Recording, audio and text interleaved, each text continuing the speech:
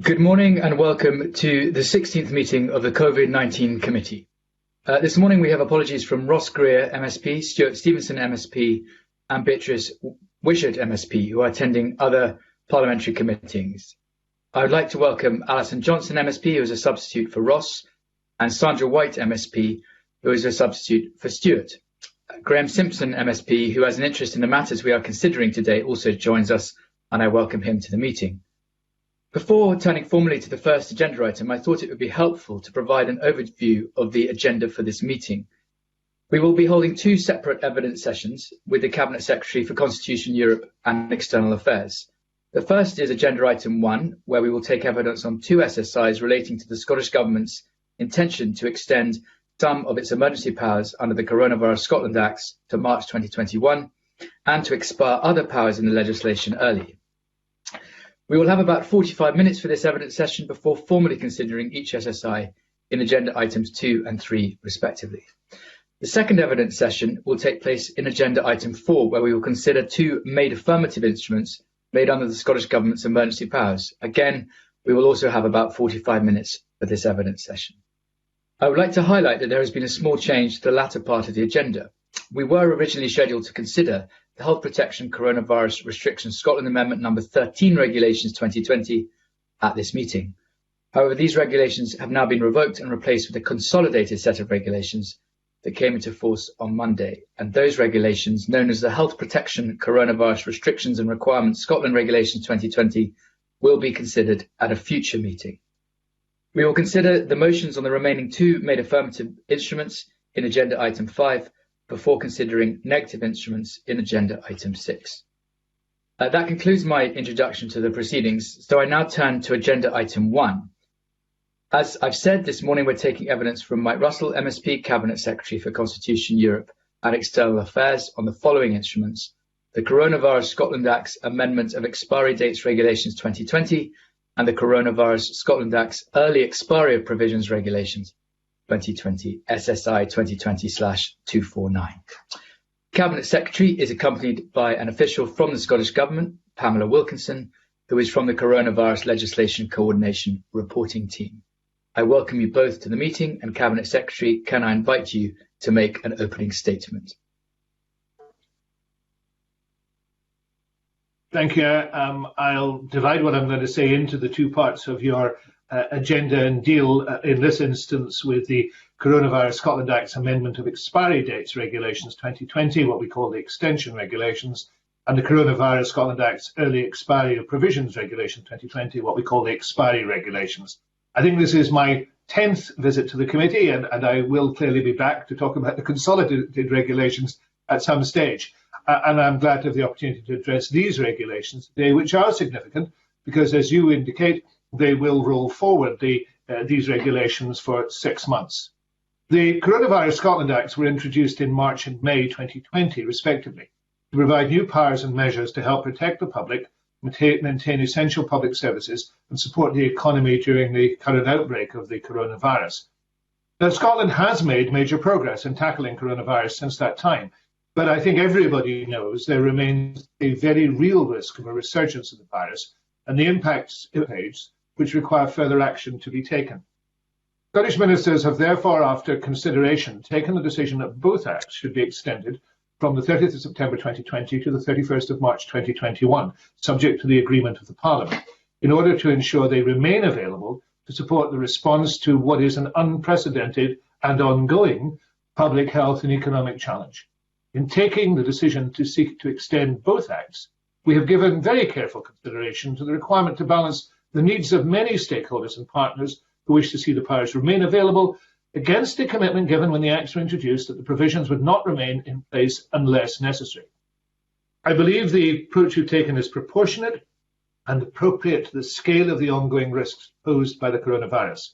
We've also laid a separate set of regulations which will expire provisions which are not needed beyond the 30th of September, reflecting the commitment given when the legislation was introduced that the powers should not be in place for longer than they are needed.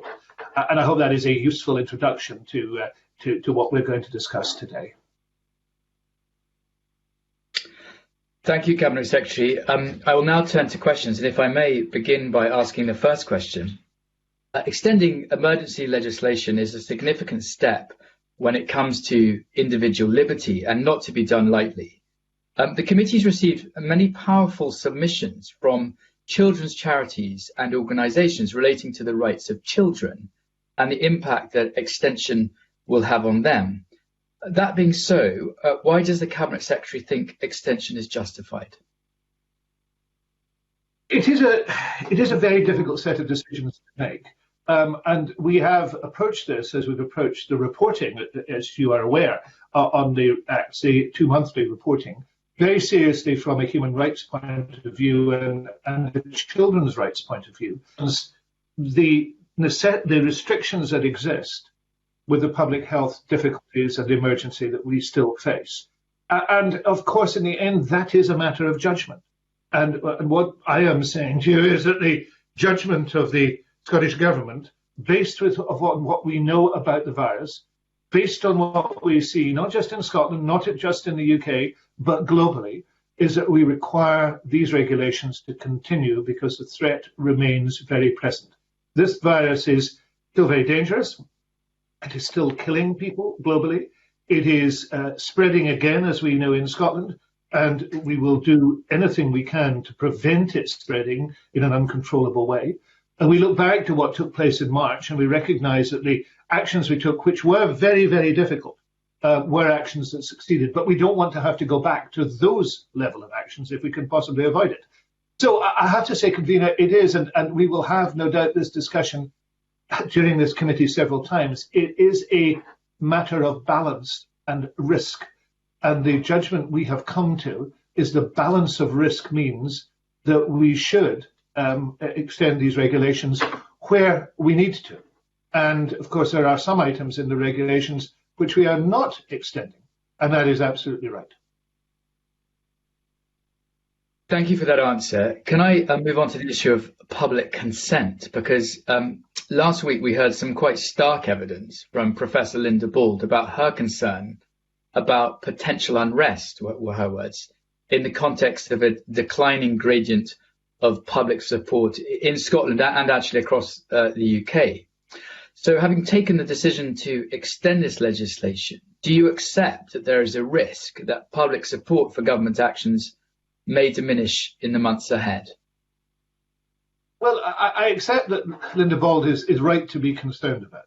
And I accept that we have obligations as politicians to be very clear about why we believe action should be taken. But I also meet a large number of people throughout the country. And although I know there are people who are bitterly opposed to these regulations, I also know there are many, many people who recognise that we have to take the actions we are taking in order to keep the public safe. And that is the balance of risk. And that is at the core of this. I think the police have operated exceptionally well in these matters. There have been those who wish to go out and to demonstrate, and that is absolutely their right. But there are also those who've gone out and demonstrated and then recognised that this is highly, highly dangerous, and the situation they're in is highly dangerous, and it's best to keep to the regulation. Nobody likes this or wants this.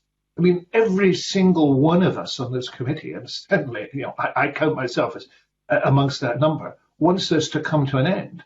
But it won't come to an end by simply wishing it. It'll come to an end when we've taken the actions that we need to take collectively. And I think the vast majority of people in Scotland recognise that. And of course, there will be political differences on this. We will hear as a committee people who disagree with these things. I hope we'll do it respectfully. I hope we'll do it by setting an example to the people of Scotland. We can debate and discuss these things. But I think the ongoing benefit of these regulations is really, really clear to me. And we must move ahead in that way. Thank you for that answer. I would now like to move on to colleagues' questions. As ever, can I respectfully ask colleagues to pause for a few seconds just before asking their questions? Can I turn first to the Deputy Convener, Monica Lennon?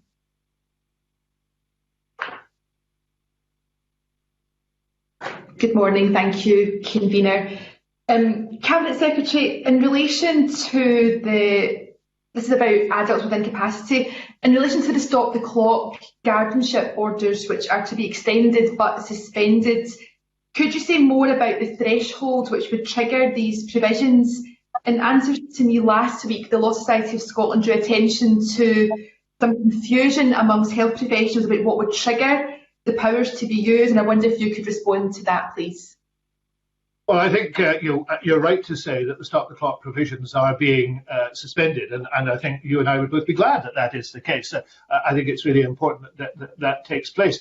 Could I perhaps ask Pamela to say a word in detail about that particular issue, because it is an important one. It's one we want to think through very carefully, and I think we've talked about these provisions on every occasion. Though we've talked about reporting as well, and I think that's right to do so because they are very sensitive. And there are justifiable concerns both about their existence within the bill and now about whether there would be a set of actions that would allow them to be reinterpreted. So perhaps Pamela could say a word or two about it.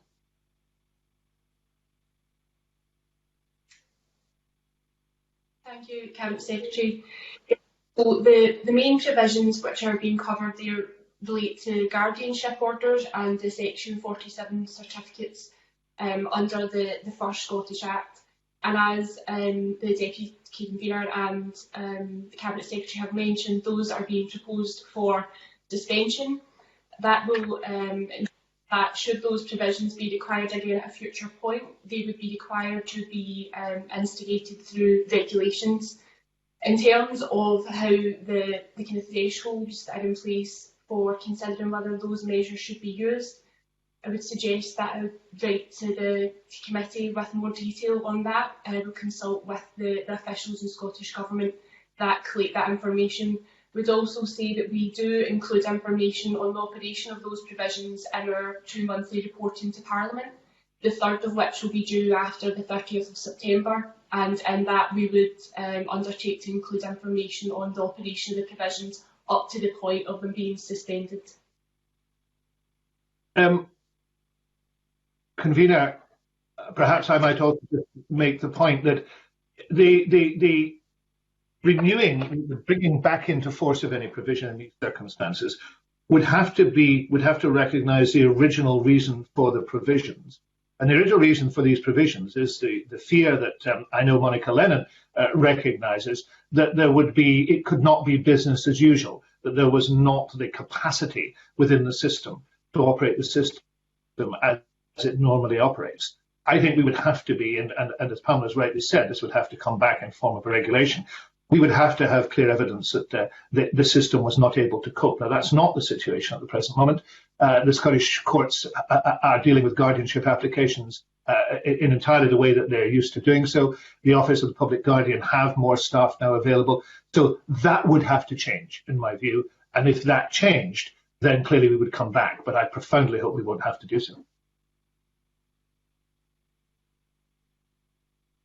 I thank the Cabinet Secretary and Pamela Wilkinson for their comments there and that commitment to provide more written information. I'm just looking at a response that we've received, a written response the committee received, I think just yesterday, from the Scottish Human Rights Commission following their oral evidence last week. And I suppose this just relates to how the emergency provisions interact with other decisions and other pieces of legislation. So they've confirmed in writing to the committee that they share the concerns of the Centre for Mental Health and Capacity Law at Edinburgh Napier University, that during the crisis, adults with incapacity may have been moved to alternative settings without due legal process, with the potential for deprivations of liberty and inappropriate restrictions on autonomy. So the Commission is echoing their call for the independent monitoring or review of discharges to ensure that rights are upheld, and it's also a matter that the Law Society of Scotland have referred to in their written submission. Can I ask the Cabinet Secretary if these calls for independent monitoring or review have been heard in relation to discharges, and what more can you say to reassure the committee and the number of stakeholders who've been in touch about this issue? Well, I'd respond to this in 2 days. One is, human rights, have absolutely not been suspended. So we would want to see the rights of individuals to be fully and completely respected during this process. So if there is any evidence that that has not taken place, then there is legal remedy in those circumstances. The second one is, if the Human Rights Commission and the Law Society, wish to specifically refer to this taking place and specifically seek independent review, then I would recommend that to the appropriate minister. In a sense, I'm at these events the catch-all minister, with talking about the generality of it. I think it is very important that the Minister for Mental Health and the Health Secretary are engaged in that process, and I'm sure they would be. So I would recommend, first of all, that if there is evidence of any abuse of any description, that should be investigated. And if there is, in their view, the need for a wider look at this, then that should, I believe, considered sympathetically by the relevant ministers. Thank you, Cabinet Secretary. Just final word from me. A note in the Law Society of Scotland submission that they do say without access to robust data, we cannot substantiate these concerns. So it looks to me like there is perhaps a feeling that there isn't enough data available. So I think we do need to build confidence, and I would appreciate if the Cabinet Secretary could take that back to the relevant ministers. Thank you, Convener. Yes, I think evidence is always important, so I'd want to see evidence. Thank you for that. Can I turn next to Annabel Ewing? Thank you, Convener, and good morning to the Cabinet Secretary, who has described himself as a catch-all minister. So my question is going back to the important issue of buy-in. When we had Professor Linda Bald at the committee last week, I noted that she said, and I quote, "We need to take a nuanced approach to communicating to different groups in order to maintain support." The Cabinet Secretary could comment on that, and in his response, assuming he agrees with that, indicate how the Scottish Government is planning to do that very thing. Thank you. Well, I think the response has been nuanced from the very beginning, and I agree with Linda Bald. I mean, this is not I may have described myself as a catch-all, but this is not a catch-all approach that you would take. You would want to focus upon individual groups. I mean, there's been some unfortunate publicity about young people and young people's inability to keep the regulations. I don't think that's a helpful nuanced response. I think we have to recognise that young people have found this very difficult and perhaps more difficult than other parts of society, and therefore how do we help them and how do we persuade them that this is necessary? Each of us as constituency MSPs will have seen particular cases from people which our heart goes out to. I have had an approach this very morning from somebody who cannot see their mother in a home in the way they wish to, and I think we have to do two things. We have to persuade people on the individual, with their individual problems, the reason why those restrictions still exist. The reason why we would want to make sure that the possibility of transmission, for example, back into nursing homes would be a very, very bad thing to happen, and therefore we need to be very careful in terms of visiting.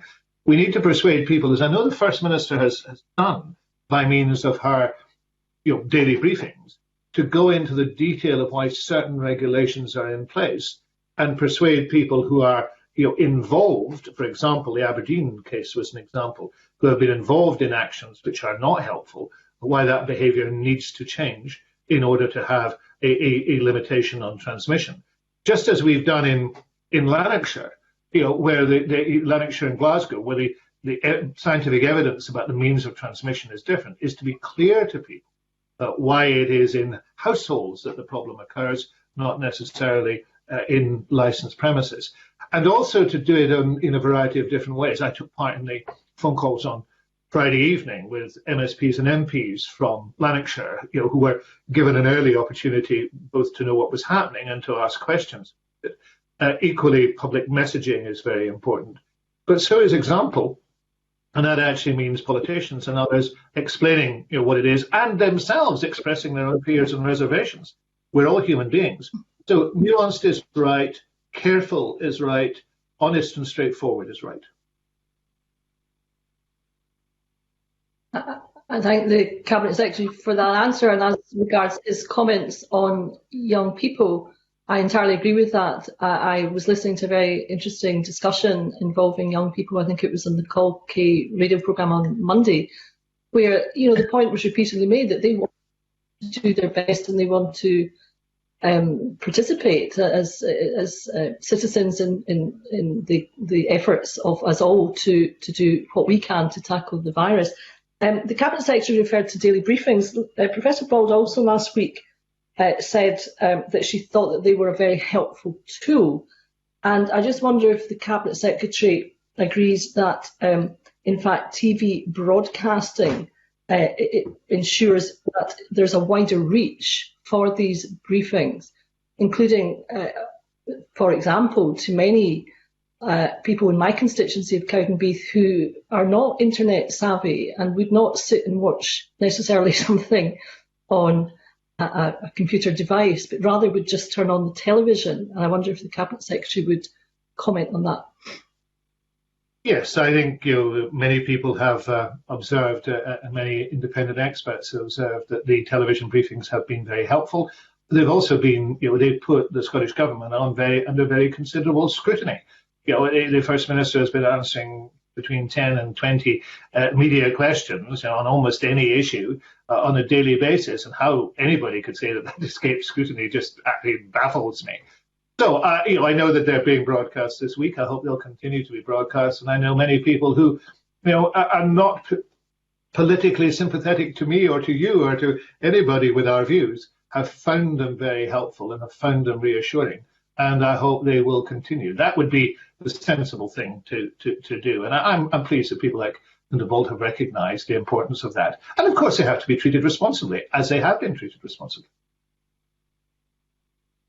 I thank the Cabinet Secretary for that answer, and hopefully we will see the briefings continue to be broadcast by whoever, because I think it makes a fundamental difference. And if we're talking about buy-in and the need for people to understand the messaging, I think it's entirely irresponsible to withdraw that opportunity for people to do that. And so hopefully we'll see those broadcasts continue. Thank you, Convener. Thank you for that. Can I turn next to Maurice Corrie, please? Convener, thank you. Can I, Cabinet Secretary, good morning. Can I just turn to the message and that's coming out for disabled people and refer partly to the question put forward by Monica earlier on, in which the sheriffs might be under some considerable pressure in relation to the extension of any of these bills and provisions in relation to where a guardian or the subject of a guardian, the person who's being looked after, could have change in their conditions and their situation, and therefore it could have adversely affect the decisions that are going to be made by a sheriff, and therefore he or she needs to be obviously aware of all the maximum information that's possible on that particular person. And I just feel that maybe there's some restrictions on that, and it's sort of tying the hands slightly of the sheriffs accordingly in not being able to sort of maybe look more widely at that subject. Could you comment on that? Well, I would hope, Mr. Corrie, that was not the case, and clearly I would encourage, given that this is the provisions, the stop the clock provisions are being suspended, I would hope, as we have been told and as I've indicated, that we are going back to what we would call normal, though nothing is normal, and that therefore all the circumstances would be taken into account. The intention is there is no halfway house between what was in the provisions and what was a normal activity. There's no gradation in that. The Office of the Public Guardian has been clear what is available. It is quite clear that the intention is to have this operating properly. If it is not operating properly, that would be in itself a statutory offence. I mean, it would be against the rules that exist. So I hope that I don't think sheriffs are ever willingly allowing their hands to be tied, and I'm sure they wouldn't be in those circumstances. And that would be the normality of the situation. If there's any evidence of it happening, Mr. Corrie, I think that should be drawn to the attention of the relevant authority as quickly as possible. Cabinet Secretary, thank you for that. And so therefore you're quite happy that the way that it will proceed at the moment is sufficient to cover most eventualities. I can't say all eventualities, but certainly most, in your opinion. Well, I would hope so. I mean, I think we then go from being concerned about the effects of the emergency legislation to the situation of whether that is, how the system operates. That's essentially a different question. It's a question that's quite legitimate and should be addressed. And I can understand, as these regulations cease to have effect, then relevant committees of the Parliament dealing with the subject committee may wish to look at whether those regulations having ceased, the things have gone back to the way they should be. And I think that that is an entirely legitimate question for committees of the Parliament to ask, but is not directly related to the regulations themselves. We have, in a sense, taken that away. And it is then it is important that the system operates as it should operate. And I think all of us would want to see that happening. A number of things were legislated on which were very difficult. I mean, you and I both recognise that in terms of this issue, very difficult indeed. We would want to make sure that the difficulty ended and ended in a way that the full rights of individuals were restored. And that's what our intention is. Good. Thank you, Cabinet Secretary. Thank you, Convener. Thank you. Please, can I turn next to Shona Robertson? Thank you, Convener, and good morning, Cabinet Secretary. In your remarks earlier on, you mentioned yourself having been contacted by constituents who have an elderly relative in a home and some of the frustrations that people have in visiting them. And similarly, I think many of us have had similar representations, and families are, I guess, asking and comparing the restrictions that are currently in care homes, although they vary from home to home, compared to visiting the same elderly relatives in hospital, which are, of course, quite different. I guess it's part of the communication issue you earlier on. Is this something the government is actively looking at in terms of those two comparisons? Is there more that can be done around visitation in care homes? And are you looking specifically at the communication to families around these issues? Because, as you know yourself, it is deeply upsetting, and genuine concerns being raised about quality of life issues for those in care homes. Yes, I know that my colleagues, Jean Freeman certainly keeps this issue under constant review and scrutiny.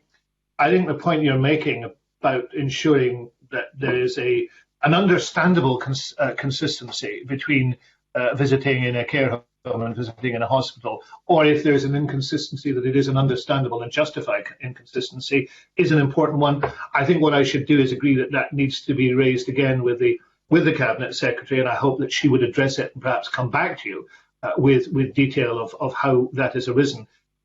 Care homes, of course, are run in different ways. The issues of infection control are common to both, but of course there are differences. I think the best thing to do is for Jean Freeman to look at that again in the light of what you've said and to come back to the committee about it. But what we would try and do is to, as far as is humanly possible, commensurate with the risk we believe that exists, to ensure that the maximum flexibility exists, because there is a matter of mental health, of well-being, wider well-being, that is very important here, and we don't want to stand in the way at all. I mean, it's not the same, but there are similarities with issues of funerals and weddings. Nobody wants to be in a position to say to people, you cannot do something, particularly in times where people feel very vulnerable and then very upset. But there is the wider issue of this pandemic that we have to get through, and we have to get through with the maximum ability to suppress the virus and the maximum ability to stop it spreading. And that is, again, as I indicated to the convener at the very beginning, the balance of risk. Very much appreciate that, and these issues are not easy, and that balance of risk is a very difficult one. I wanted to raise one other separate issue that we've had in the evidence provided to us. We had evidence from the Scottish Federation of Housing Associations, who, like the evidence we had from Citizens Advice, are welcoming of efforts to support tenants who have rent arrears, and recognise very much the difficulties and making sure that tenants who are struggling to pay their rent are supported. However, they raise an issue around the eviction notice period for cases involving serious antisocial and criminal behaviour. They specifically asked for it to revert to 1 month from 3 months. Now, like many other MSPs, you may have had some cases raised with you yourself around, and we're talking very much the extreme end of antisocial behaviour here. Again, is that something that the government is looking at? Because clearly, for those tenants living around someone who is exhibiting this extreme antisocial behaviour with no end in sight, that can be extremely challenging, particularly when people are at home more at the moment. So is that something that is being kept under review? Yes, I think all of us are likely to have heard from housing associations in our own areas who are very supportive of tenants, who want to make sure that nobody suffers as a result of the hardship that the coronavirus has brought, an inability to pay rent, but are also aware that there are very, very small numbers, no doubt, but there are those who will take advantage and exploit any situation. And we all know as MSPs the horrific results of antisocial behaviour from neighbours from hell, frankly, and we've seen it in our constituency caseload. So it is something that we are aware of, that we are keen to ensure that people can still, be removed from those circumstances if they are creating mayhem and creating great upset.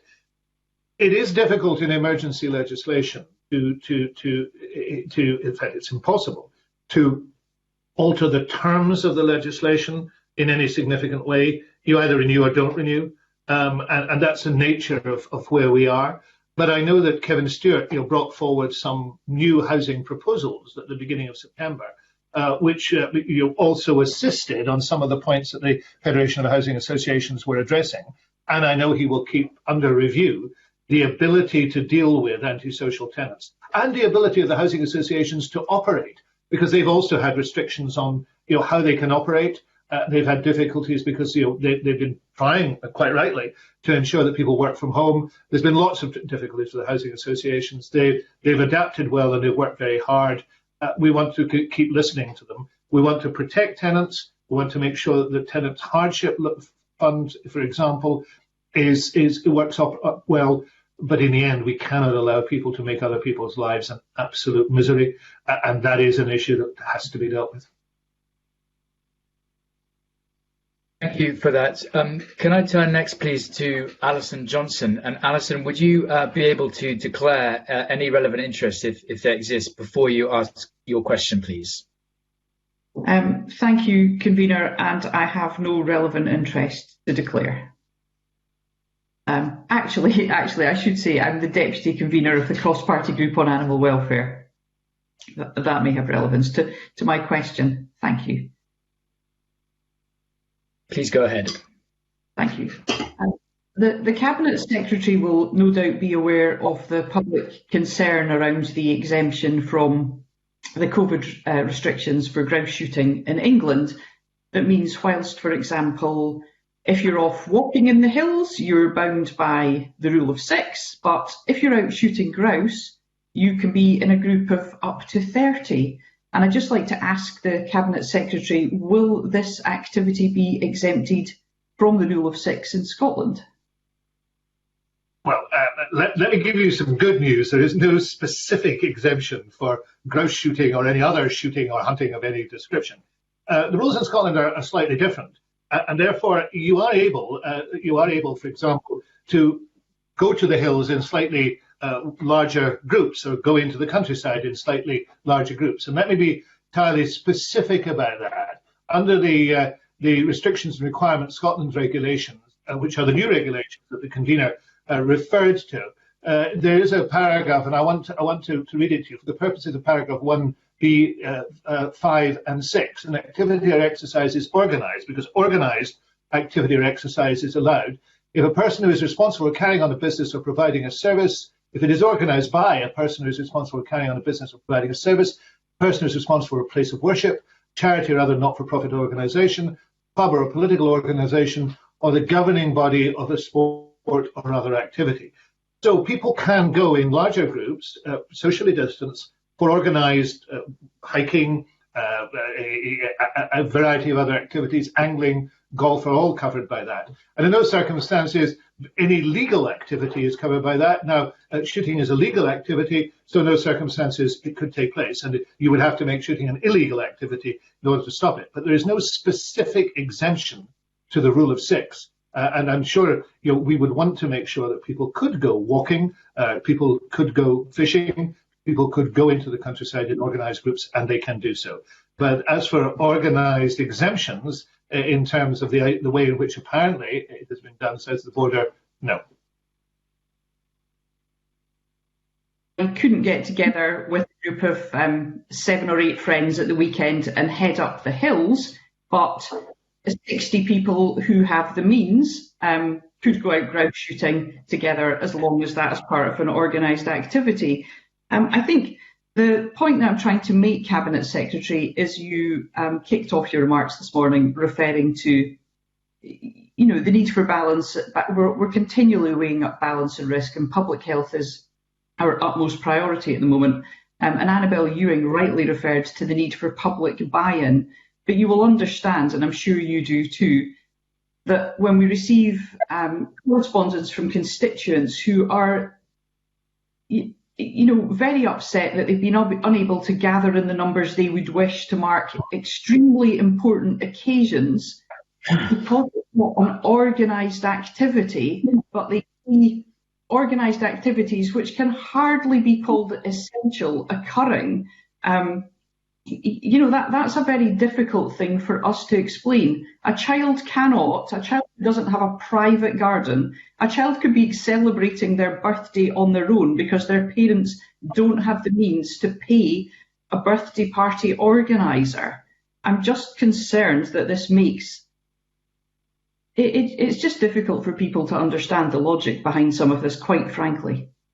Yes, and any specific exemption made for the purposes of shooting does not exist in Scotland. What does exist in the regulations is the ability, for example, of a church group or a church walking group to go and walk in the hills. And if we were to say that could not happen, then I think we would be attacked in another and distinct way. If I do not believe that exemptions for shooting are the right thing to happen. I entirely agree with you. But equally, you cannot legislate solely on the basis of dislike. You have to legislate in a fair and equitable way. And in these ways, and as I point out, if people can go and walk in organised groups, if people can golf, and I know many people have taken advantage of this to golf, if people want to go and, as a club, go out together, then they can do so in a regulated way. And we cannot stop them doing that. Indeed, we've been encouraged to allow them to do that. But there is no organised exemption in Scotland for shooting, nor will there be. And I'm happy to confirm that. Cabinet Secretary, Action for Children have raised their concerns that for those children who cannot afford to take part in organised activity for which you pay, perhaps sports clubs, perhaps dance classes, while they can mix at school, they can't play in the park or with their friends. They can't have a kickabout of a football. I think this is a serious concern, and I wonder if the Cabinet Secretary is aware of his government's intentions to look at this again. Well, I think the thought of 60 people heading into the hills to take part in shooting or some other organised activity is seen as frankly less risky than children playing in their gardens. Well, it is not less risky than children playing in their gardens, but there is a need to ensure that in communities, for example, things can be organised, and I know communities that do that, who can organise and help others and help children. I believe that every child should have the opportunity to celebrate their birthday, and I'm sure everybody would try and do so. I don't think there's a direct equivalence, and I think if you make this direct equivalence, then you're not doing a service to the many, many people who want to make sure that children are treated equitably and well, and that children are given the opportunities they should have. Nobody doubts for a moment the difficulty for people, particularly those who are least advantaged, particularly for children within inner cities. Every piece of work that can be done should be done, and I'm very happy to ensure that my colleagues come to you with indications of the work that is being done. But there is no organised exemption in Scotland for shooting. There is the ability of people to go into the countryside, which if we were to try and ban people going into the countryside altogether, I'm pretty certain that you would be one of the first people who wish to criticise that, and I would agree with you. I'm wholeheartedly supportive of every measure we can take to help people get outside and enjoy nature and being outdoors. I'm just concerned that there are limits on individuals and that it seems to rely on organised and often economic activity as the trigger that makes that possible. Well, I'd be very happy to welcome any constructive view as to how we squared that circle, given the need to ensure that we do not have an outbreak of the virus, an uncontrolled outbreak of the virus. And were you to make those suggestions, you can absolutely take it. I would ensure those are looked at very seriously by my colleagues. Thank you. Thank you, Convener. Thank you for that. Can I turn next, please, to Willie Coffey? Thanks very much, Convener, and good morning, Cabinet Secretary. I've got a question for you from some local constituents about the two-household restriction.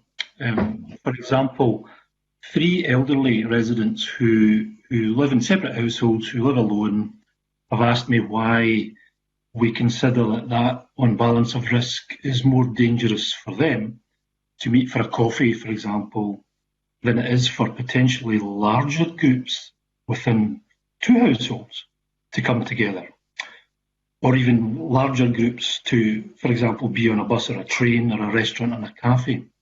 They feel that that's particularly difficult to understand, and I would be obliged to you if you could help explain it for us, please. I'll do my very best. I suppose it is, in a sense, a matter of simple arithmetic.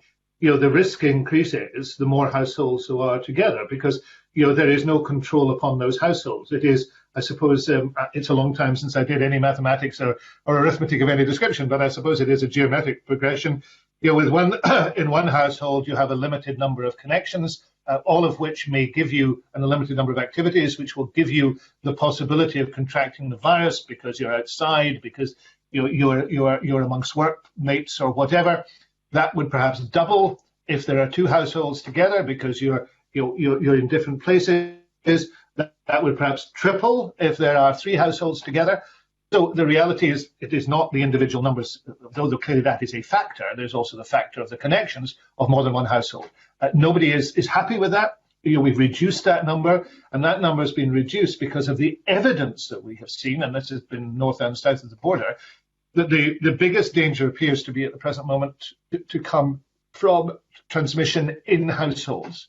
That is where it is taking place. Now, some evidence of that has come from people coming in from abroad, and they have contacted one household that has been picked up, and then it's transferred to another household. If there were 3 households, it would be transferred not once but twice. So I think that is the clear argument. I can understand why people will look at this and say, but hang on a minute, I'm not infected. Well, okay, I accept that, but we just do need to be very cautious. We have seen the figures. We've seen the fact that 2 months ago we were reporting on 4 or 5 new cases a day.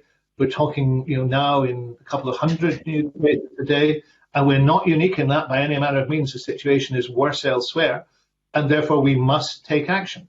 If we think back, it's quite difficult to think back to where we were in February and March. This came up on us pretty quickly. But, we look back and now and say, we've learnt an awful lot. Let's apply those lessons to try and do what we can with new tools in our hands too. Because Test and Protect, for example, is a very, very powerful tool which we are using to effect. We've seen that with outbreaks, with cluster outbreaks, which have been contained. So we've got to take action. We believe we're taking the right action. I am really sorry about those 3 people in your constituency, and I hope I have explained it to them. And if I haven't, Willie, I'm happy to try again.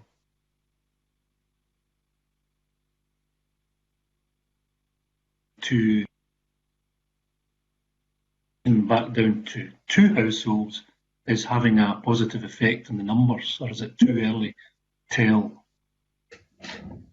I think it is too early to tell. I know the First Minister yesterday thought that there were indications being seen in Glasgow and in the areas that were first restricted that it was having an effect, but it is too early to tell, and I'm not privy to that information today. I think the actions that are being taken, we hope, will be the actions that will make a difference, and we will have to see that as time goes on. Okay, thank you for that. Thank you, Convener. Thank you. Please can I turn next to Sandra White. And Sandra, would you be able to declare any relevant interest if there exists before you ask your question, please? Thank you, Convener. I have no relevant interest. Thank you. Good morning, Cabinet Secretary. I just want a wee bit of clarification. We were talking about communication earlier is important.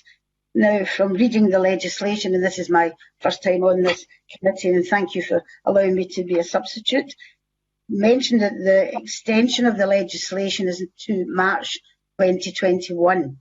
That will come as quite a shock to a lot of people, because whilst it's a legislation of obviously adults in incapacity, prisoners remand, that type of thing, it also gives an indication to the general public that we don't know if it will last even more than March 2021. So a wee bit of clarification on that, and to follow up on that, if we are fortunate enough that we do get control of COVID, is there a caveat in this legislation which would say that we could change the extension, we could reduce the extension? Particularly, I'm interested in the adult incapacity and guardianship as well, because it's people's human rights we're talking about. Thank you for that. I think it'd be useful if I gave you just an overview of what the timescales are and how they operate, because this will also come up in the next session when we look at, for example, the Aberdeen regulation, which was a 3-week regulation, which expired after 3 weeks. When the 2 emergency bills went through, a slight variation from the UK situation, which was a 2-year process, and we said that we would, and that was split up into 6-month periods, but not actually for renewal. We said we would renew ours every 6 months. We thought that was appropriate and commensurate. We also have the ability both to end provisions and to suspend provisions, and we can do that by regulation. So we've got the opportunity to look at what we're doing and to say, do we still need this? And that's what we do. We have suspended a number of provisions, and we've done so again in these circumstances. And if the provision is for 6 months, we can simply not renew it, or we could withdraw the whole thing. But I think it's sensible to have a period of time in which we understand that it's in effect, and these things are available to us. It would have been nice not to have to renew this, but I think the circumstances are such. I don't think anybody, I hope nobody would deny that we have to continue with many of these provisions. And the period within the legislation for renewal is 6 months. So that's what we need to do. But we have done, as you've seen, and there's detail in the regulations, we have suspended some things and we have ended other things. And that we'll continue to do. And we bring those to committee, and those are for discussion. Thank you for that clarification. I think it's important that the public know that you can bring to committee and you can review the legislation. I would follow that up with timescale. I mean, certainly sitting on the health committee, we have lots of the legislation come forward, and sometimes it's very quick to go forward, and other times it's not so quick. So I would have concerns how long it would take for it to be reviewed and come into law, if it's reducing it. But the one area, and I think Monica Lena had mentioned it as well as a convener, is the adult with incapacity and the children with the guardianship orders. I take on board exactly what you've been saying, but I would ask, adults with incapacity and the guardianship for children, is there advocacy there to speak to the children who are involved and also the adults with incapacity? Are they aware of what's happening, why it's happening to them? I think the best thing I can do in those circumstances, and I indicated earlier, there are departmental ministers, portfolio ministers who deal with the detail of the operation, is I need to make sure the committee, you and the committee, get a briefing on exactly how that is taking place, so that you are confident that it is taking place in the right way, and I'll undertake to do that. Convener, just one last question. It is related, but perhaps in the future, I am concerned about our standing in Scotland with ECHR, and considering the Brexit situation that's came about, and obviously we'll look to January next year. How is that going to affect our human rights, or the human rights of this legislation that's going through? Will it have an effect on it? Well, if the UK government were to pursue the suspension or alteration of ECHR, it would have a profound effect on all our lives. The UK government, to be fair to them, and I do try to be fair, has said that is not their intention, though they keep briefing that it is their intention. In order to predict what was going to happen with Brexit or with the UK government, you would require not me to give evidence to you, but Mystic Meg. I couldn't tell you. I'd ask anyway. Thank you, Convener. Thank you for that. Our final question comes from Graham Simpson. And Graham, please can I ask you, like others, to declare any relevant interest before asking your questions? Thank you very much, Convener. This is actually my second appearance at the committee, and like the first, no relevant interest to declare. I want to explore a couple of areas, if I may, and the first is around the extension of 6 months that the Scottish Government is asking for.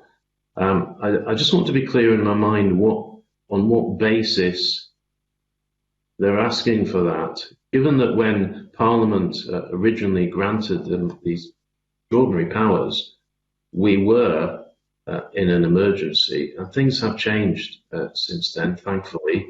We have far fewer people in hospital. That's a really good thing. Far fewer people dying of COVID. So I just wonder, on the basis of the figures, and I accept that the infection rate is going up, but on the basis of the figures that we're seeing in hospital, why you're asking for a 6-month extension, and on what would be the cut-off under which you would not ask for a further extension? Sorry, further extension beyond 6 months? Yes, I mean, we could get to the end of this 6-month period, assuming Parliament gives this 6 months. We could still have the virus. So if we still have the virus, would it be your view that those emergency powers should continue? Well, I think the clarity in this for Mr. Simpson comes from the route map and the phasing of the route map, and the question of whether or not we would reach phase 4. Phase 4 would be an indication, I think, to all of us that we had moved on essentially into the situation where the virus was not, in actual fact, seen to be a continuing public health risk. I'm just seeing if I can find the exact definition, but the exact definition of phase 4 would lead us, I think, to the view that that was a suitable moment to say that this legislation might not be required. We're not there. We're still absolutely in phase 3, and and the First Minister has indicated, for example, as you know, last week, that some of the indicative dates which were set cannot now be met. That there has been a move backwards in terms of the households meeting together. So I think that indicates to us that there is still a requirement. We are still within the pandemic. I think it also indicates the global evidence is such that we are, it is difficult to say what will happen next.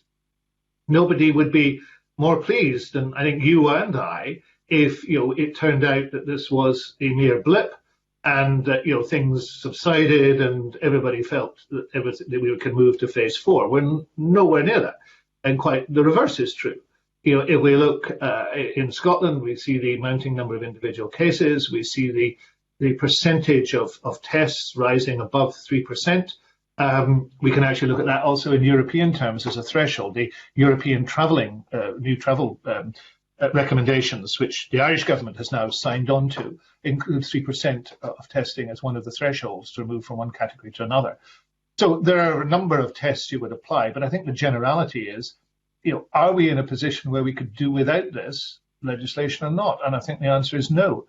But we should be, and I very much agree, we should be critical of each item in it, and we should examine each of those items. And that's why the 6 months is not an absolute. We have the 2 monthly reviews, and we have suspended things after 2 monthly reviews, and we can continue to do so. So the individual parts of this can be examined in the 2 monthly reviews, and the 2 monthly reviews have been very, very comprehensive. I pay tribute to Pamela and her colleagues for the work that they've done. The 2 monthly reviews are full of detail. The reports on those are available, and we will continue to report in that way. Thanks for that. But the problem with that, of course, is that Parliament doesn't get an opportunity after 2 months to say yes or no to keeping these powers. Can I just be clear on what you're saying? Are you saying that if we move into phase 4, that these powers will not be required any longer? Well, I would have thought that was one of the triggers. I mean, I am not the arbiter of that. Quite clearly, the chief medical officer would be the person, I think, who would have the strongest influence. But clearly, there would have to be a discussion and debate.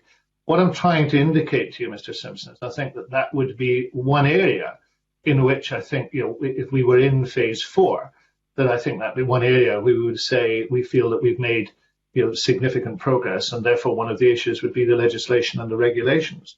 I can't give you an absolute to that, but nobody wants these to continue. I don't want these to continue for a moment longer than necessary, and in those circumstances, that would be a consideration. I think if we look at, I haven't found it here. I don't know whether Pamela has the exact definition of phase 4. But it might be helpful if we're not reading it out now, that we're providing you and reminding the committee of the definition of phase 4 as one of the issues, that would be obviously of consideration and importance. And it is, the chief medical officer is the person who, has been making the recommendations on how we move phase to phase, and therefore, I think one would have to be very aware of that. Okay, I think that would be useful.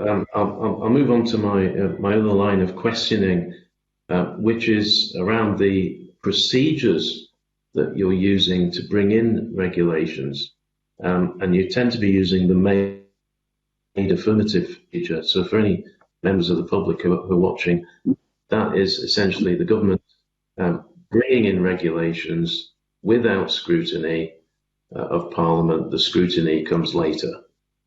So you ask Parliament what it thinks once the law is in place.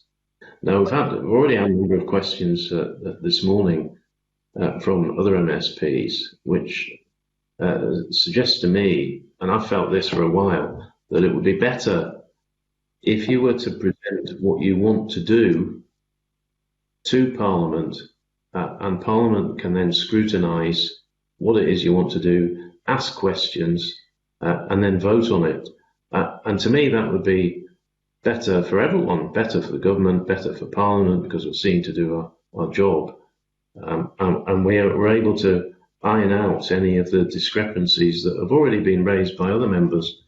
I just wonder what you think of that. You are, of course, a former convener of the relevant committee on this, and your knowledge of negative, affirmative, super affirmative, and made affirmative is without question, I have to say. So I'm slightly nervous about jousting with you on these issues. But in terms of the made affirmative procedure, it applies here because there is an urgency in putting in place, specifically regulations. There's an urgency in putting in place regulations. I mean, let's take as an example, you took part in the phone call on Friday afternoon, about the situation in Lanarkshire. Now, that was guidance we were doing there, but there are circumstances. Aberdeen is a circumstance where there was regulations, and the difference there, I think, is closure of premises. This was a matter of urgency. There was a continuing spread and to delay would allow that spread to get worse over a period of time. So if a decision is made, the decision, certainly in my view, should operate there and then. We've had examples of this elsewhere. We've had examples of this south of the border, actually, of regulations being made, but not operable for a week or 10 days or something. And my view is that if these are absolutely essential there and then, they should be made there and then. Now, I think there's another way. Of course, I wouldn't accuse you of misrepresenting things, but I think there's another way of looking at made affirmative, which is there is still the opportunity for members to question, because I have been, as I indicated, 10 times to this committee, to answer questions on this and to debate and discuss it. There's still an opportunity to vote, because the committee gets to vote and the chamber can get to vote. So it is not wholly without scrutiny. The question is, does the scrutiny take place before the regulation is effective, or does it take place after the regulation is effective? And in these exceptional circumstances, made affirmative is rare, but these in exceptional circumstances, in public health circumstances, I believe the made affirmative procedure is the right. And I wouldn't recommend its usage in many circumstances. I am not known for playing fast and loose with these matters, I have to say. But in these circumstances, I think it is the right approach. And I'm certainly not accusing you of playing fast and loose. I just think, I just have a strong view that Parliament should be able to scrutinise things before they happen, if that's possible. Now, I accept that if there's a genuine need to act quickly, and I've always held this view as well, then you act quickly, and government should do that. But I think there's been a number of examples where you could have asked Parliament first, and that would have also helped to explain things to the public in a way that perhaps has not happened. So I'd just ask you perhaps to reflect on that in the future, that it would be better to involve Parliament in the first place and not after the event. I hear what you're saying, Mr. Simpson, and in terms of improving regulation, just as in terms of improving legislation, my ears are always open, and my brain is open on that too. Thank you. That's my questions, convener. I've got no further questions at all in the meeting, so I will depart after this. Thank you. Thank you very much. We now move to the second agenda item, which is consideration of the motion on the draft affirmative instrument that we have just taken evidence on.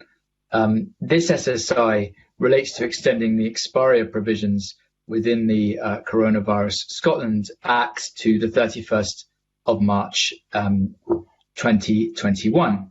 So can I now invite the Cabinet Secretary to move motion S5M 22519 that the COVID-19 Committee recommends that the Coronavirus Scotland Act's amendment of expiry dates regulations 2020 be approved. Moved, convener. Does any member wish to speak on the motion? And if so, could you please indicate this by typing R into the chat bar?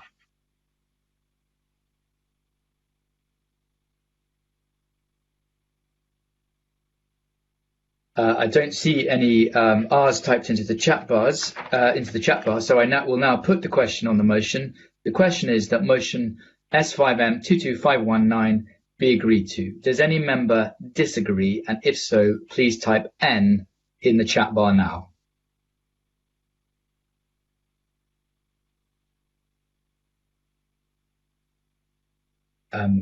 I do not see any N's typed into the chat bar, and therefore can I confirm that the committee is agreed by saying that the motion is agreed to. We now move to the next SSI, that is the Coronavirus Scotland Act's Early Expiry of Provisions Regulations 2020, SSI 2020/249. This is a negative instrument, which means the Parliament has 40 days to consider a motion to annul the instrument. We have taken evidence on the instrument from the Cabinet Secretary this morning, and a motion to annul this instrument has not been lodged. Does any member wish to make any further comments on this negative instrument before our consideration is concluded? And if so, could members indicate this by typing R in the chat bar?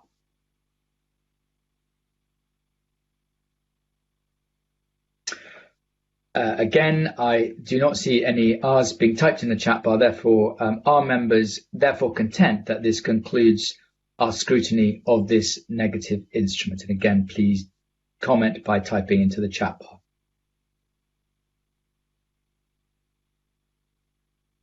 Thank you. Again, I do not see any members indicating the opposite. So we shall now move on to the next agenda item, which is agenda item 4. This is our second evidence session for this meeting, and we will take evidence again from the Cabinet Secretary for Constitution, Europe and External Affairs on the following made affirmative instruments. That is the Health Protection Coronavirus Restrictions Aberdeen City Amendment Regulations 2020 SSI 2020-253 and the Health Protection Coronavirus Restrictions Directions by Local Authorities Scotland Regulations 2020 SSI 2020-262. I think the Cabinet Secretary is accompanied by two different officials for this evidence session. Can I welcome Amanda Gordon, Deputy Director, Local Interventions, Outbreak Management, and Luke McBratney, Bill Team Leader, Coronavirus Scotland Bills.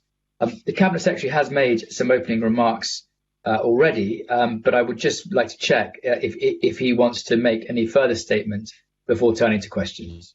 If I might, Convener, just very briefly outline what these are about, which may save us some time, if you would allow me to do so. Yes, indeed. Thank you, Convener. The Aberdeen Regulations, the Health Protection Coronavirus Restrictions Aberdeen City Amendment Regulation 2020. The original regulations with respect to Aberdeen took effect on the 5th of August, and the required businesses in the city to close. This was, in our view, a necessary and proportionate measure to control an outbreak of COVID-19 in Aberdeen City, which was associated with a number of bars. These regulations were amended on the 24th of August to reflect opening of additional businesses in line with the route map. Thanks to an extraordinarily hard work of everyone involved in getting the Aberdeen City outbreak under control, particularly the people and businesses of Aberdeen, these restrictions were allowed to expire after 21 days. And Aberdeen City Council are now fully in line with the latest restrictions which the Scottish Government has published. The Health Protection Coronavirus Restrictions Directions by Local Authorities Scotland Regulations 2020 make provision for a local authority to give directions relating to specified premises, events and public outdoor places in its area. The Scottish Government made regulations by way of the made affirmative procedure on the 27th of August. The regulations entered into force on the 28th of August, and a plenary vote will of course take place in due course. We've brought forward these regulations to ensure that local authorities have the power to take targeted local action to limit or stop the spread of coronavirus. A direction may only be given if the local authority considers that the necessity and proportionality conditions set out in the regulations have been met. The local authority must review the direction at least once every 7 days, and it must be revoked or revoked and replaced when it is determined on review that the requirements of necessity and proportionality are no longer met. And I hope that is helpful in terms of both these regulations. Thank you. Yes, that is very helpful, not just as a reminder, but also as a brief summary. Can we move straight to questions? And again, if I may begin by asking the first questions. Obviously today, as you've said, we're looking at the SSI relating to local lockdown measures in Aberdeen, which was the first example, I think, of local restrictions being imposed by regulation. The policy note for the other SSI, directions by local authority, which we're also considering, notes as follows, and I quote, "We have learned from the experience of dealing with the first set of local outbreaks. These regulations provide the tools that those on the ground dealing with local outbreaks consider that they would have needed in order to have a chance of earlier controlling or preventing these." Could you elaborate, Cabinet Secretary, a bit further on that learning from the local lockdown in Aberdeen, what that has been and how that has influenced the Scottish Government's approach to containing outbreaks in other local areas? Of course, Convener, I think it's a really important question, because the process of learning is what we have to do throughout this outbreak, and we learn a great deal even from the most difficult set of circumstances. It was quite clear that let me start at the very beginning. Following considerations by those involved, and particularly eventually through SCORE, through the Emergency Committee, it was necessary to put in place measures to control an outbreak in Aberdeen, and in Aberdeen City particularly. And those measures took effect at 5 o'clock on Wednesday, the 5th of August. And they lasted through until the 24th of August. And they dealt with restaurants other than restaurants or dining rooms in a hotel open exclusively for the use of residents and staff, cafes, including workplace canteens subject to some definition, bars, including bars in hotels and members' clubs, and public houses. And they did so because there was substantial evidence that these were the places in which the virus was spreading. And in those circumstances, it was really important that we considered and learnt from the experience. Now, what was the necessity of restricting hospitality? It was the high risk of transmission. And the high risk of transmission was the fact that physical distancing was an issue, and where it was less than 2 meters, means that the risk of transmission and distance of spreading by face-to-face contact is increased. High occupancy, where there's high occupancy of a space, then there's a reduction in physical distancing and an increased risk, for example, of touch surface contamination. High noise levels, there's an increased risk of respiratory secretion dispersal. In other words, you have to shout, and therefore by so doing, there's an increased risk of transmission. Poor ventilation. And quite clearly, in many licensed premises, not that I spend an awful lot of time in them, but in many licensed premises, there is poor ventilation, and that's reduced dilution and removal of viral load. And there's an increased risk in licensed premises, in any case, of customer non-adherence to recommended prevention. So in all those circumstances, this was a necessary step. And we've learned from that. And we've learned that those are the things you need to do, because the outbreak was contained in Aberdeen. But we also know that there are different set of circumstances in different places. The West of Scotland outbreak is a different outbreak that is being transmitted in different ways. So we've learnt those things. We've learnt those things from the Aberdeen situation, and then they can be applied. Where you have to close premises, you need regulations to close premises. But actually, maybe in very small outbreaks, a sledgehammer is not required. In actual fact, a local authority can do that, because in the tracing process, you may identify a single premises that is the issue.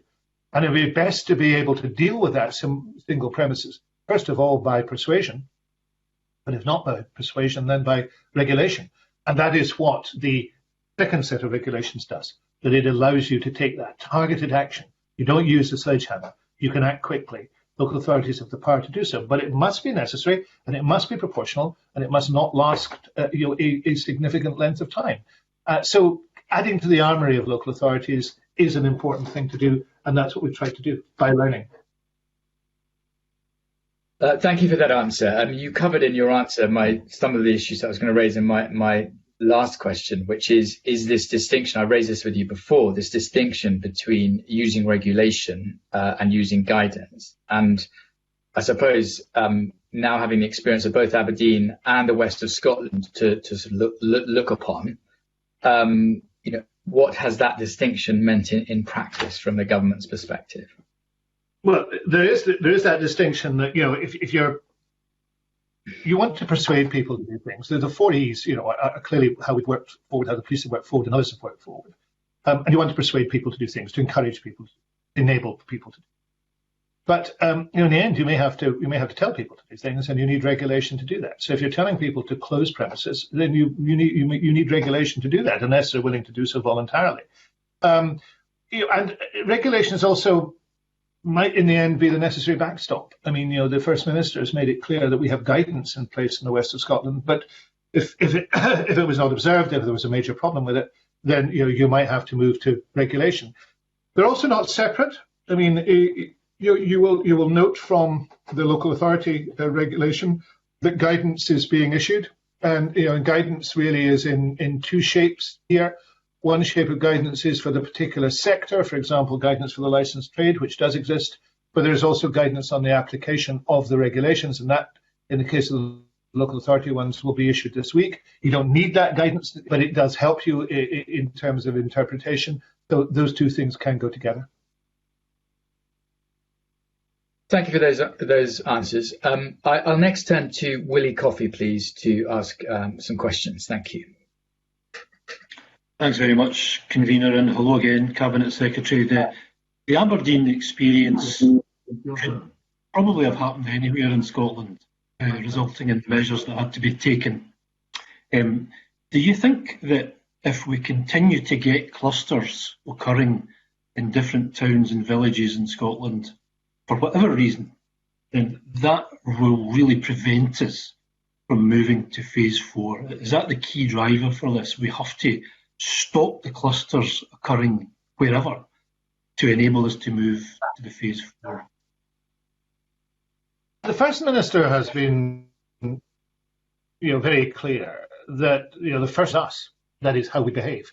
The observing facts, making sure we are wearing our face masks, making sure we're not in crowded places, doing the things we need to do. The next line of defence is test and protect. And test and protect is really important. It's not so much as being able to move on; it's being able to make sure that the virus is controlled and it does not become out of control. It does not essentially become. It's not transmitted again in the community in an exponential fashion. That would take us back to where we were, and we don't want to go back to where we were. So it's not so much as preventing us from moving on. It is the necessary step that we have to take.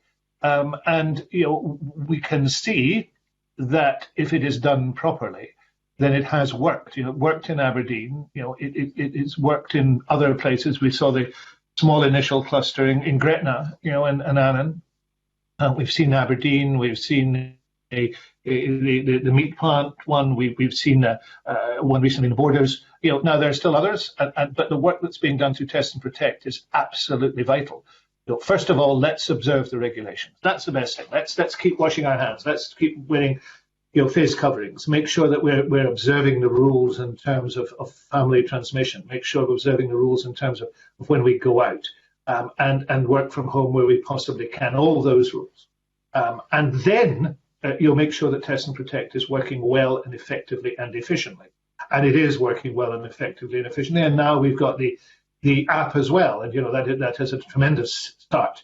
And as long as we do those things, then we believe that we can keep this under control at the present time. Of course, other things come into play. There is, there's better treatment. That appears to be a factor. And in addition, of course, there's continuing work to secure a vaccine. All of those things are important as well. But at the back of all that, sort of at the foundation of all that, is the regulation and the guidance that helps us do the right thing, but also make sure that if we cannot be helped, then we are more forcibly assisted to do the right thing.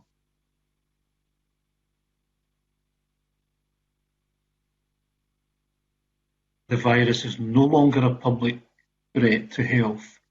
Is it a period of time that has to elapse with no significant clusters, do you think? Or is it just something we'll just have to judge on a weekly basis to see what happens? Very clear definition of this. I'm sorry I was not able to quote it to you earlier on. I really need to find the definition within all the documentation that's sitting in front of me. But there is a very clear definition. I want the committee to have that definition of phase 4, if that'd be useful to remind us of the definitions again. But there's a very clear definition of phase 4 and the role of the CMO and the role of moving to phase 4. And look, for now, we're not there. We're not even. I don't think we're a long way from it at the moment, in my view. But that should be our ambition. Okay, thank you for that. Thanks, Convener. Thank you. Can I turn next, please, to Maurice Corrie? Thank you, Convener. Good morning again, Cabinet Secretary. Can I ask what effective communications advice has been given by the Scottish Government to local authorities accompanying the now targeted powers that have been given by the government to them when we have these local outbreaks? Yes, and you as a former local authority councillor, I now know the importance of having not just having the regulations, but also having the guidance available, so that we're absolutely clear and local authorities are absolutely clear how this matter is to be handled. So, first of all, they have the regulations, which I've outlined to you and which I'm sure that you have read.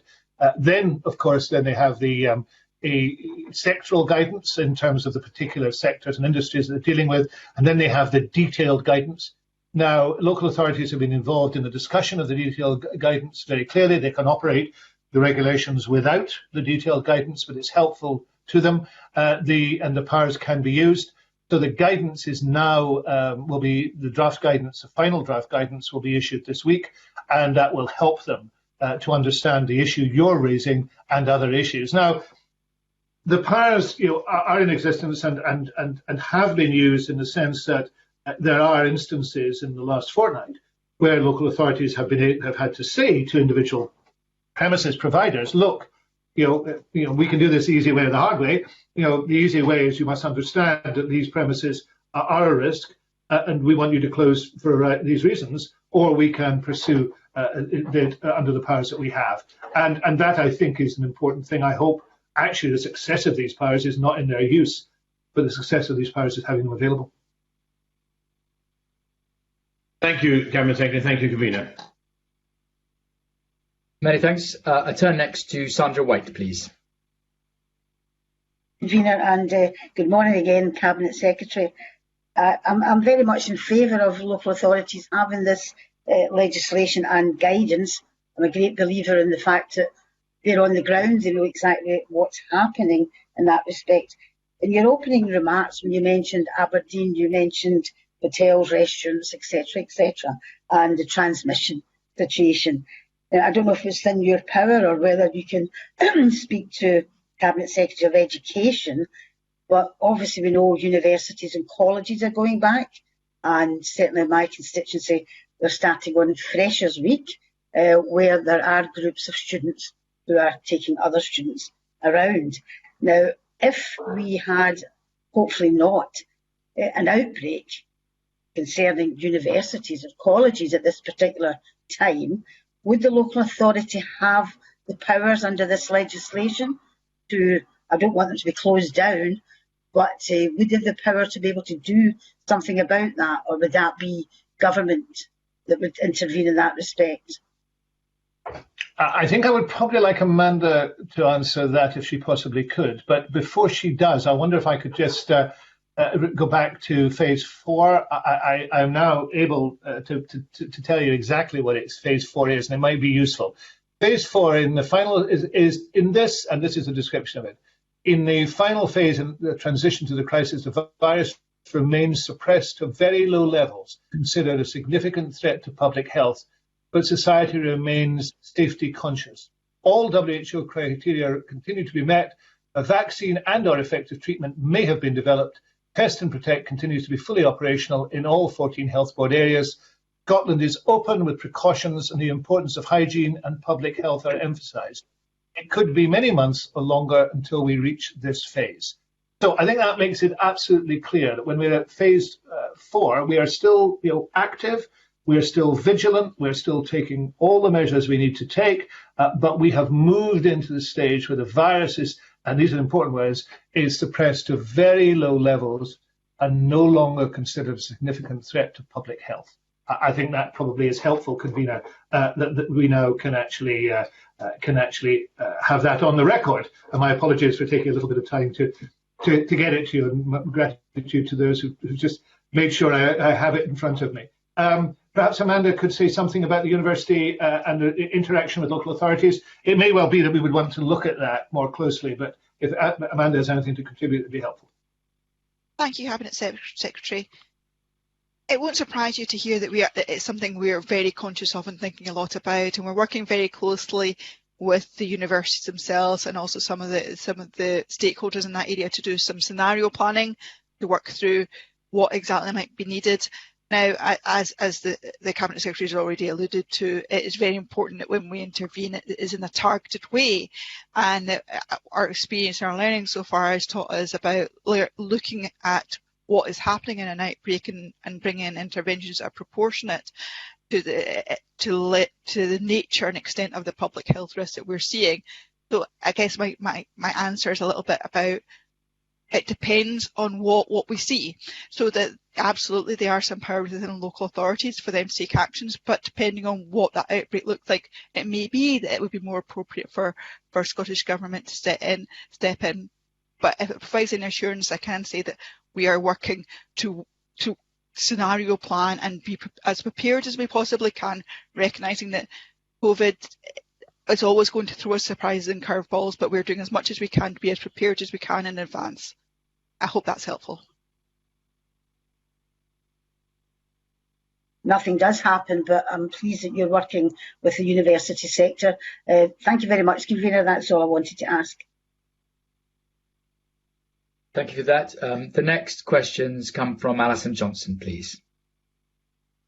Thank you, Convener. I would just like to ask the Cabinet Secretary, obviously communication is absolutely key. It's one of the major ways that we can ensure public health is optimised during the pandemic. What lessons does the Cabinet Secretary feel have been learned to date when it comes to communicating clearly with the public? And what liaison is going on with local government and national government to ensure that this always remains the case? Well, there's very strong discussions with local government, as I've indicated, they're being involved in the guidance. Local government is a key partner in all of this. And, for example, there's a role for environmental health officers have been involved, trading standards officers have been involved. And there is, there's a lot of pressure on local authorities, there's pressure on government too, but I think it's been a positive discussion and debate. In terms of communication more generally, I think that there are many lessons, and one of them actually is bound up in something that the convener indicated at the beginning, which is the consolidated regulations that we're going to bring to the committee, which have come into place. I think all of us got to the stage, when I got to the stage of appearing before this committee, giving evidence on the amendment regulation number 13, probably even I was beginning to wonder, what was an amended regulation number 4. So, putting that stuff together, being much clearer about what the situation is, and also having clear and consistent messages. It is, I think, a clear and consistent message that we have had to move from a wider ability for people to visit the homes back to, the grouping of maximum of 6 to households. That's easy to understand. It's easy to understand why we've done it, because people can see the increase in the number of cases, and it's easy to understand what the regulation now is, whatever it was a month ago, what the regulation now is. And I think my view, and I express it whenever I can, is that simplicity is what we should be seeking, so that these are easy to understand. People know why they're in place, but also know what they have to do. And that's why the facts meme is particularly important, and why we should use it.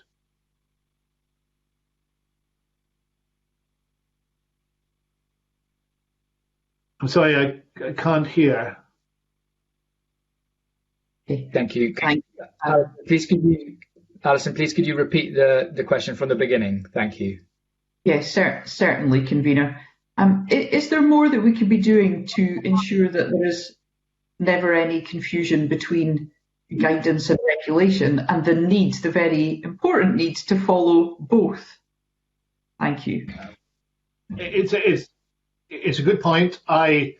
I think we are, as Democrats, keener on guidance and regulation. We would like to persuade people to do the right things. I hope today's explanation of what I think the difference is between the two has been helpful, and maybe we should talk about that a bit more. But I think for our general message, what is, after a lot of thought, and not lightly or ill-advisedly, we are saying to people, we think you should do this in order that you are safer, and those around you are safer, and the society in which you live is safer. And I think if we stress that, everything flows from it. Thank you. Thank you, Convener. Thank you very much. Next, Annabel Ewing, please. Thank you, Convener. If I could ask the Cabinet Secretary, in terms of the regulations dealing with directions to local authorities, would that include circumstances where, for example, I have been contacted not infrequently by constituents who say they were in X shop or Y shop, they've never seen anybody wearing a face covering, it's all very lax, they try to take the issue up with relevant officials at the local authority, they don't feel that they get much of a hearing, they don't think anything really changes, and so on and so forth. Would these regulations allow the local authority to do anything about that? Well, these specific regulations are about targeting and closing premises. So that would be the extreme end of that process. But there is, let me go back to the 4 E's: to engage, to explain, to encourage, and then enforce. So undoubtedly, if people are worried about the non-wearing of face coverings in shops, then they should be engaging with the shop and with the local authority about that, so that there's an engagement there. And the local authority has an ability to deal with that and to advise. There are public health issues in there. Explanation, encouragement should take place. But if in the end, a shop is a proven vector of the virus and will not act, then of course these regulations are available to close down a shop as they would close anything down by a local authority if they were not operating properly. And remember, however, that it has to be proportional in what is taking place, and it's reviewed every 7 days. So this is where things are particularly bad. There is proven transmission of, those responsible are refusing to take action, or worse, are saying to their staff, and this does happen, regrettably, it's rare, but it does happen, saying to their staff, don't you talk to the public health officials, don't you take part in this, your job's on the line here, this is a power you can take to say, no, sorry, we're not having that. Yeah, I thank the Cabinet Secretary for the answer. Looking at it from the other side of the coin, it's not, I suppose, inconceivable, but perhaps less likely that there could be erroneous information and that could lead to action being taken. Now, I note that there's provision for there to be an appeal in those circumstances to the sheriff, in the local sheriff court, but as a matter of practicality, as we know, there is quite a backlog in the courts, and I just wonder what consideration has been given to that remedy, notwithstanding, given the timescales are so quick, 7 days for the initial application of the order. So what consideration has been given to the remedy in the context of a situation where, as a matter of fact, there is such a backlog in the sheriff courts? I think it would be difficult to find another remedy. I mean, I recognise what you're saying. I'm sure that there would be a recognition of that within the courts too. But I think it would be difficult to find another remedy. I mean, if you're appealing, and this is a judicial process, you have to do it within the judicial process. I mean, it would be difficult to have appeals to others, in these circumstances, particularly as it will hinge on matters of law. Where, for example, the actions taken by the local authority are both necessary and proportionate. I mean, I think that would be the key issue, here. So. These are not perfect, but I think they are necessary and they are proportionate, and that's why they need to be supported. Okay, thank you. Thank you, Convener. Thank you very much. Finally, can I turn to Shannon Robertson, please? Thank you, Convener. I just want to explore a little bit about the capacity of local authorities in making some of these very difficult decisions that need to be necessary and proportionate based on public health. Could you just outline a little bit more about the advice and support available to local authorities in making some of these decisions? You can maybe talk us through where the steps a local authority would take in order to establish the correct public health advice and potentially other specialist advice that is required. Does the Scottish Government provide that, or do the agencies available do they provide that to local authorities, and is that prioritised within their workloads? Just how does that work in practice if a local authority is flagging that they have concerns? What are the steps that would then be taken? I think the best thing I could do, Convener, is let the committee have the guidance when it is finalised. I think that would be the right thing to do. This is, the guidance has been developed with the local authorities. It takes account of the concerns that they've got, and I think that would be more eloquent in terms of what requires to be done than anything I can say here. So, with your permission, Convener, we'll undertake to furnish the committee with the guidance, and of course, if there's anything in the guidance that there's further questions about, I think it is a reasonable assumption to make that should be back at the committee before too long. Well, I would be very grateful for that if you could undertake to do that. Thank you. Shona Robertson.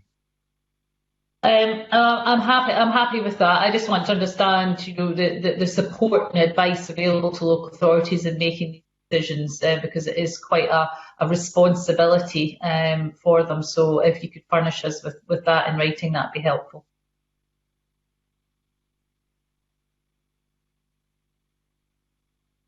I'm very grateful for that. In the circumstances, there are no further questions. So we now move to agenda item 5, which is the motions on the made affirmative instruments. The motions on the made affirmative instruments that we have just taken evidence on. We will consider each motion in turn. I therefore invite the Cabinet Secretary to move motion S5M 22520 that the COVID-19 Committee recommends that the Health Protection Coronavirus Restrictions Aberdeen City Amendment Regulations 2020 SSI 2020/253 be approved. Formally moved, Convener. Does any member wish to speak on the motion? If so, could you please indicate this by typing R into the chat bar now?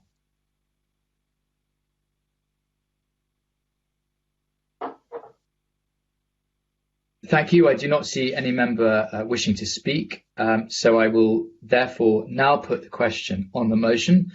The question is that motion S5M 22520 be agreed to. Does any member disagree? And if so, please type N into the chat bar now, please.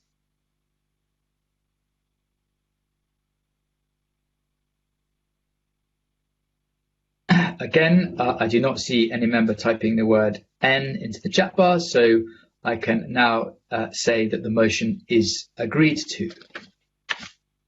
I turn now to the second instrument in this agenda item, and I invite the Cabinet Secretary to move motion S5M 22574 that the COVID-19 Committee recommends that the Health Protection Coronavirus Restrictions Directions by Local Authorities Scotland Regulations 2020 SSI 2020/262 be approved.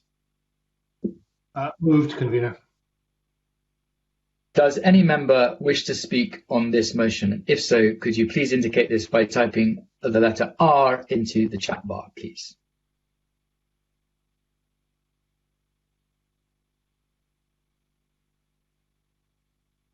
Again, I do not see any member typing the letter R into the chat bar, so I will now put the question on the motion. The question is that motion S5M 22574 be agreed to. Does any member disagree? And if so, please type the letter N into the chat bar now.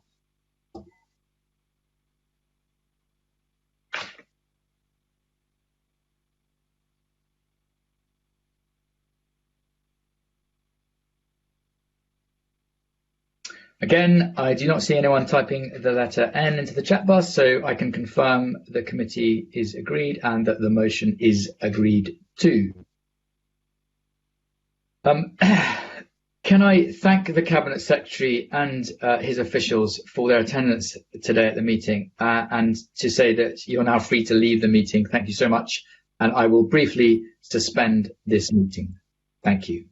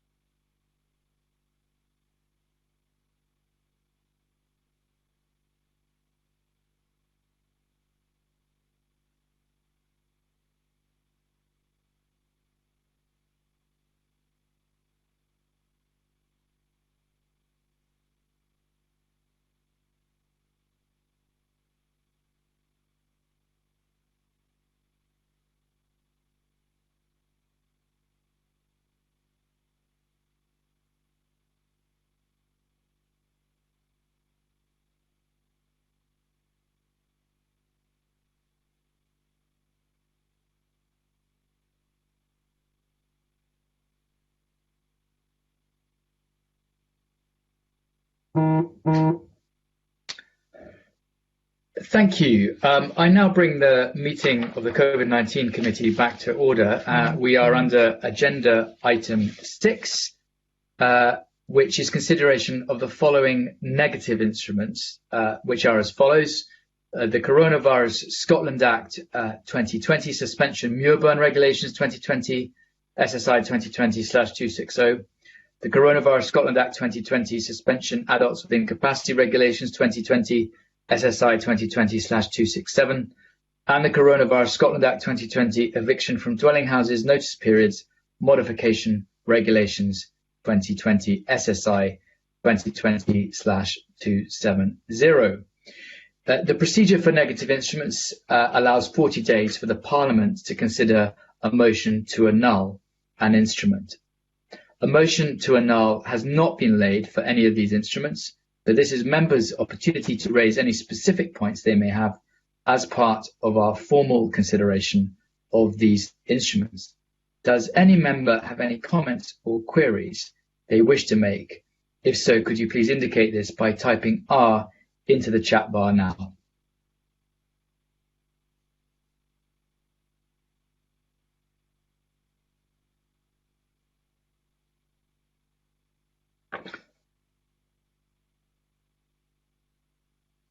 Again, I do not see any member typing the letter R into the chat box, so can I take it that members therefore are content that this concludes our scrutiny of these negative instruments? Thank you. Again, it seems that the committee members are content, so the committee will publish a report to the Parliament setting out our decisions on the statutory instruments considered at this meeting in the coming days. That concludes our business for this meeting, and just to advise everyone that there is no committee scheduled for next week, that is the week commencing the 21st of September, but a meeting will be scheduled for Wednesday the 30th of September, and the clerks will provide members with further information about this meeting in due course. And I now close the meeting. Thank you.